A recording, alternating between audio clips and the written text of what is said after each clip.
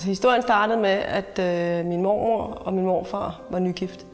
Og min mormor, hun er uddannet damefrisør og havde en ambition om at åbne sin egen salon.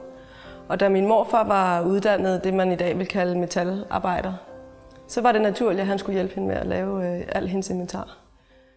Blandt andet også den her spand, som så blev stillet ind i salonen, og umiddelbart faldt i mange af kundernes smag. Altså det var nok før den tid, hvor der egentlig er noget, der hedder en designer. Altså det handlede meget om at have en funktion, og selvfølgelig også have en æstetik, og få de to ting til at gå op i en højere enhed. Man skal tænke på, at VIP blev grundlagt som en virksomhed, der solgte til det industrielle marked. Min morfar lavede skraldespande til tankstationer og færger og hospitaler og frisørsaloner. Og igennem de 50 år, der dyrkede han, at det var ting, der bare skulle holde. Vi havde aldrig snakket om, hvad der skulle ske den dag, at mine forældre var døde. Og da min far døde ret pludselig af kræft, han havde 3 måneder, og så var han pludselig væk. Og på det tidspunkt har jeg ikke været blandet ind i virksomheden. Og først, da han faktisk ligger på dødslejet, så lover jeg ham, at jeg skal nok hjælpe ham. Eller rettere, jeg skal hjælpe min mor. Og så var jeg så den, der var fabrikant af skraldespande.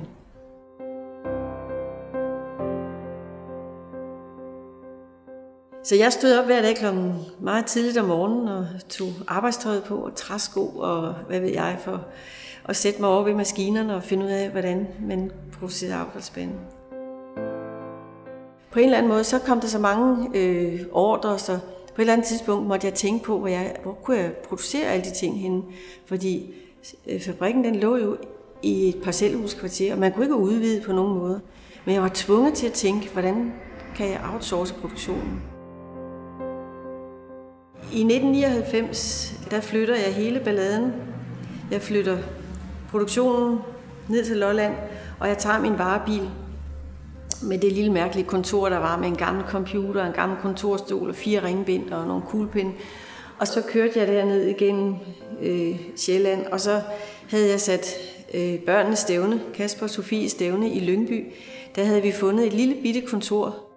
Jamen altså det forekom jo helt naturligt, at vi skulle være en del af det.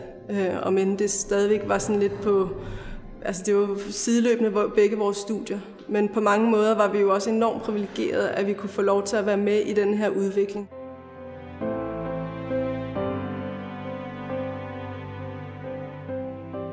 Altså når vi laver et nyt produkt, så er det altid med udgangspunkt i, at vi skal kunne gøre det bedre end de produkter, der findes i dag.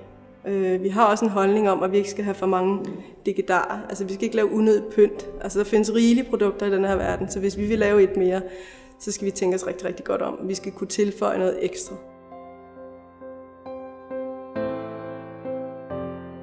Vi synes, at det var sjovt at udfordre os selv at sige, hvis man skulle lave et køkken, der passede til din skraldespand, din VIP-spand, hvordan skulle det så se ud? Vi var jo altid i en situation, at vores spand skulle stå op af noget andet, et andet køkken. Og der kom ideen at sige på et tidspunkt, at det kunne faktisk være sjovt at prøve at lave et VIP-køkken, så det matchede sammen.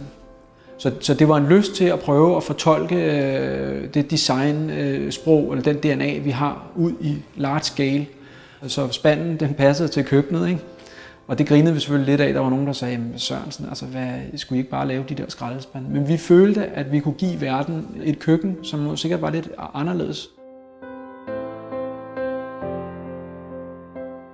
Og da vi så konceptet, så synes vi selv, wow,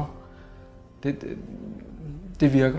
Jeg fik den der eksalterede fornemmelse igen, som jeg egentlig måske også havde haft lidt over i Randers, når der virkelig skete noget. Fordi det der med at lægge et enkelt produkt på, der er jo ikke nogen risiko ved at bare produktudvikle noget mere af samme slags. Men det der virkelig at tage et skridt, det giver sådan et sug i maven. Kan vi eller kan vi ikke? Ja, selvfølgelig kan vi. Dengang min mor hun overtog virksomheden, var det jo virkelig en lille sårbar virksomhed, og der var ikke særlig god økonomi i det. Så de gange, hvor vi ligesom lykkes med noget, så sidder vi tit og tænker på, vi håber bare morfar, han ligesom holder øje med, hvad vi laver. Og da det lykkedes så at blive optaget på MoMAs permanente udstilling, stående ved siden af alle de største superklassikere, det var en ret stor cadeau. Der sendte vi en tanke til morfar sad og snakkede om, at han forhåbentlig holdt øje med os.